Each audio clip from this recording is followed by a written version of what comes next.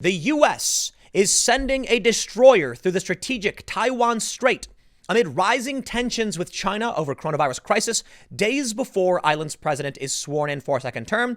And now we have this story. Just a day later, Trump says he doesn't want to talk to Xi Jinping as China tensions rise.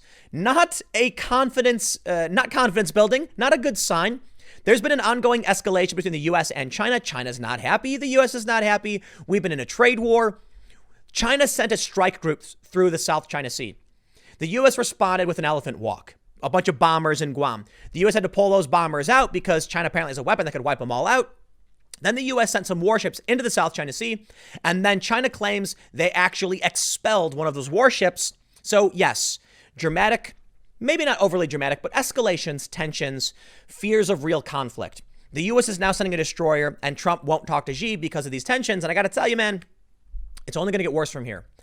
It's entirely possible that things calm down. Maybe in the coming months we'll see something. But if we're gonna look at what's going on with the coronavirus and how the experts are telling us it could extend it for quite some time, then it stands to reason international trade is going to be stifled. This will lead to desperation, potentially conflict. Hopefully this is just saber rattling. And as I always mention in segments like this, these things could probably, they happen a lot. They really do happen a lot. And maybe we're only focused on them because we've got nothing else to do. But I'll tell you this. We're on the brink of a real international conflict, potentially a real war with China. We just arrested a guy at a university, the FBI did, because he was on the take. He was in on the take from China without disclosing that. We've had people, look, I don't know. I call it spying. They don't say it's spying. They say it's fraud or whatever. But it sounds to me like we've got people working at our universities stealing information, taking our taxpayer dollars to fund research that they then give to China. You then take into consideration what's going on in the South China Sea, and the powder keg is being filled up, man. Let's read these stories, see what's going on. The Daily Mail reports the U.S. Navy has revealed it sailed a guided missile destroyer through the sensitive Taiwan Strait yesterday, just days before Taiwan's president Tsai Ing-wen's inauguration for a second term in office amid rising tension with China. China, which considers Taiwan its territory, has been angered by the Trump administration's strong support for the island, such as increased arms sales. Beijing-Washington ties have also been buffeted by fallout from the coronavirus pandemic. Here's a cool photo. The guided missile destroyer, USS McCampbell DDG-85, transits the Taiwan Strait on Wednesday as part of ongoing operations in the Indo-Pacific. The U.S. Pacific Fleet, in a statement on its Facebook page, said the USS McCampbell had transited the narrow strait that separates Taiwan from mainland China on Wednesday, showing pictures of the ship underway. Taiwan's defense ministry said the ship had sailed south on what it termed an ordinary mission, adding it was continuing in that direction. Tsai, who will be sworn in for her second and final term next Wednesday, won re-election by a landslide in January, vowing to defend Taiwan's democracy and stand up to China. Both China and the U.S. have ramped up military activities near Taiwan in recent months, including regular U.S. sailings through the Taiwan Strait and regular Chinese Air Force drills near the island. Last Friday, Taiwan said a Chinese Air Force Y-8 aircraft had briefly crossed into Taiwan's air defense identification zone, prompting Taiwan jets to warn it to leave.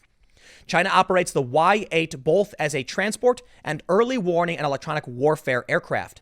Taiwan has denounced the Chinese drills as attempts at intimidation and has told Beijing it should focus its efforts on fighting the coronavirus rather than menacing the island. China considers Tsai to be a separatist,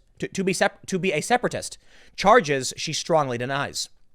Late next week, China will open its delayed annual meeting of parliament, where it is expected to release its defense budget for next year, a number closely watched around the region as President Xi Jinping oversees a military modernization plan. Now, of course, there's been an ongoing conflict. It's not escalated to full-on confrontation, but you'd think with warships going back and forth in the South China Sea, China has been accused of blowing up, Vietnamese fishing vessels. You'd think talking would be a good thing. Diplomacy should always be the first response. I am no fan of war. And I got to tell you, if Donald Trump gets us into a war with China, I will be the opposite of happy, okay, like in the far end. And that's why, a lot of people are always like, Tim, say it. Say you're going to vote for Trump. Blah, blah, blah. No, this is why. The other night on the IRL podcast, we were talking about it, and I said, leaning towards voting for Trump for sure. The reason is our economy is in trouble. Who better to fix it than Trump, who's got a 3-year track record of doing really, really great with the economy? I can respect that. Almost 4 years, basically.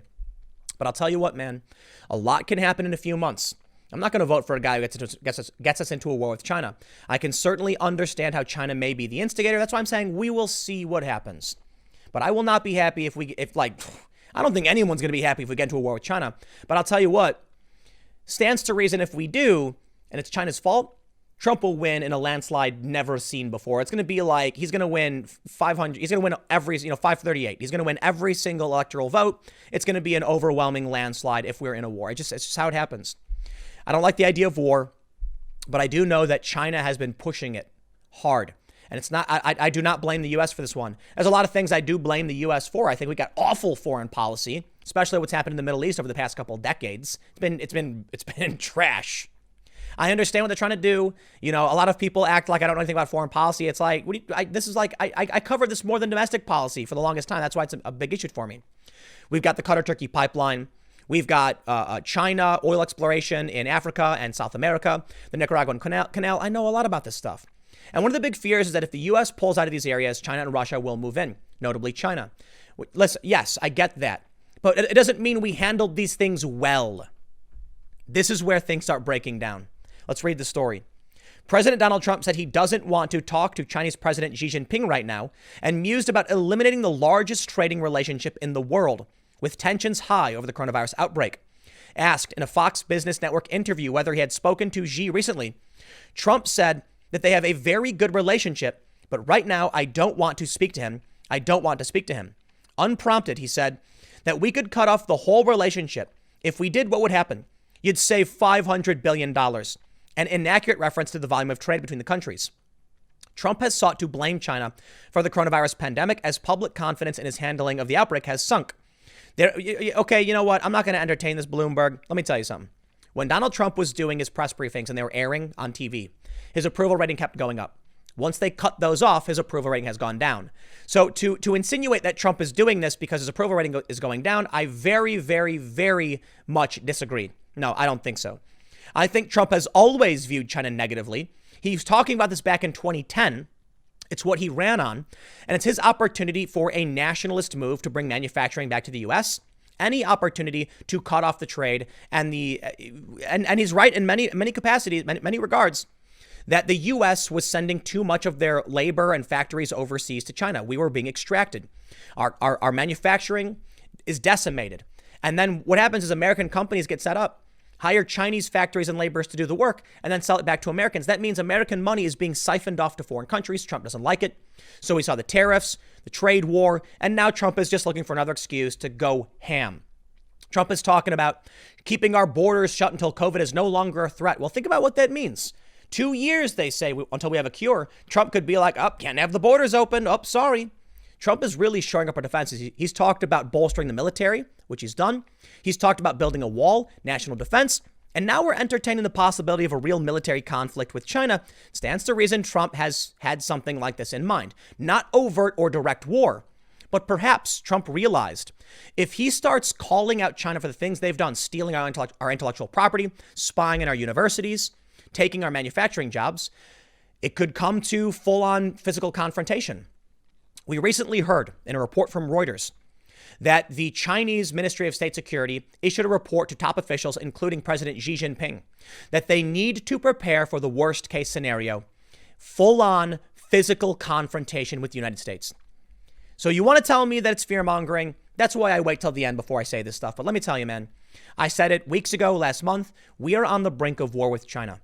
This is where we're at right now. Trump doesn't want to talk to Xi Jinping. We got a destroyer going through. It's not the first time we've sent our warships through the South China Sea, but we also have China in March. I believe it was early April, maybe late March, where they said they need to prepare for this.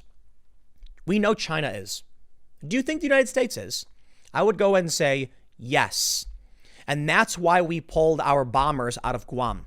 So I was reading one story that basically said, we did this elephant walk as a show of power. Our bombers lining up on the runways so that, they know we are armed to the teeth and we're ready to go to fight. But we removed them because China apparently has a very powerful weapon that could just blanket the island and wipe out our weapons. So we had to move them and be a bit more strategic. China, as many people have said, is a paper tiger. That's what they argue, because they have a tremendous ground force, a ground army, but their technology is a bit old and weak. They've got technically 2 aircraft carriers. I believe they have 1 real aircraft carrier and then like a small, like kind of aircraft carrier. And the U.S. has technically like 21. So a lot of people act like the U.S. shouldn't be, overtly concerned. And I think there's a fair point to be made. I'm not confident anyone ever would be able to invade the United States because too many people in the United States are armed to the teeth. So anybody who really tried to come here to engage in any conflict would never happen. But what I think may happen is that resources, strategic allies, people, trade that we need could be disrupted. We could see conflict with oil tankers, shipping containers. That's when things start getting bad for us in the U.S. But then think about what Trump is pushing for, bringing back manufacturing. If our manufacturing is secure and we're able to sustain ourselves, that would have less of an impact. That's why I think we really need to consider the fact that a war is a real possibility and you should not have an optimism bias. A lot of people think it could never happen. Okay, well, 100 years ago, we had a pandemic and a world war. We're now in the pandemic. Is it possible? I don't know.